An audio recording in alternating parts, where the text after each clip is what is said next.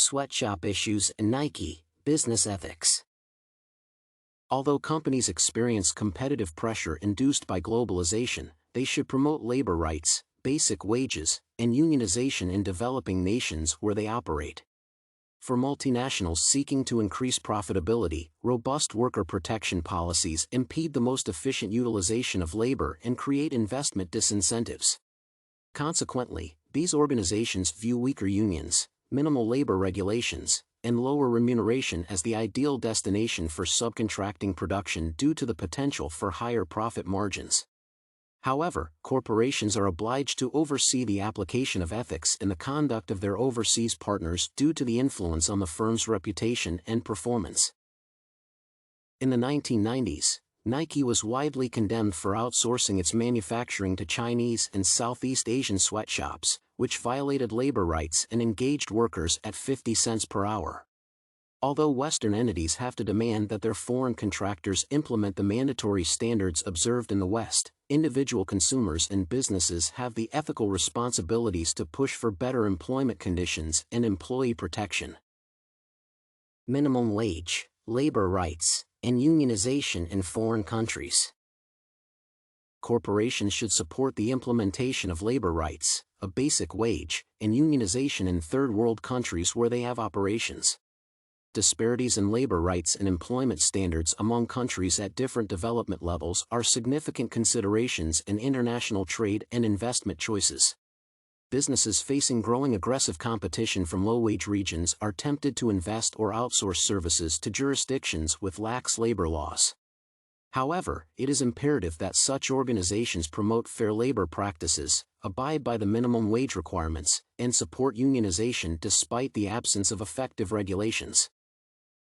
Artuso and McLarney contend that exploitative occupational practices create an unfair economic advantage, leading to continuous compromise on workers' safety, standards, and remuneration. In this regard, enterprises which benefit from unjust practices could trigger heightened competition between countries and a downward spiral of rational decisions to enhance attractiveness to investors. Moreover, this means that even with the passage of legislation which enhances or raises labor standards and remuneration, global pressures may inhibit their adoption and application, as countries would rush to undercut one another. Additionally, better remuneration and robust social protection are critical ingredients of stable economies, skilled labor, improved public service, and a working class which enjoys middle-class purchasing power. As a result, these conditions promote increased productivity and growth in the global economy, and provide an expanded market for manufactured commodities. For instance, Nike's profitability would grow considerably if the sweatshop workers could afford the footwear and apparel they manufactured. Barth contends that stimulating unionization ultimately leads to enhanced worker productivity, attributable to improved information flows, increased tenure, and better overall health. In the long run, these outcomes translate to operational efficiency and better organizational performance. Therefore, companies should stimulate unionization, minimum wage, and employment rights in third world countries where they operate as innovative business growth drivers. Ensuring the implementation of Western protocols by foreign contractors. Western companies have the right to ensure that their foreign contractors observe the standards required in the West. Organizations establish management control mechanisms designed to align foreign operations and subsidiaries with the core corporate culture, particularly in countries where the state may not sufficiently enforce Western espoused ideals, such as labor rights. This implies that multinationals should decide on their core ethical and social responsibility values and empower the subsidiaries to formulate specific strategies, which reflect the desired ideals of the managing entity. The establishment of managerial control of the foreign subsidiary is integral, as fraudulent and unethical practices can adversely affect the outsourcing firm's reputation and market performance. In other instances, some countries reprimand organizations which infringe their code of ethics through hefty fines, since such practices violate the state's laws where they are domiciled. Therefore, Western companies reserve the right to direct the observance of standards required in the West by their foreign contractors. Consumers' ethical responsibilities when dealing with firms relying on overseas labor.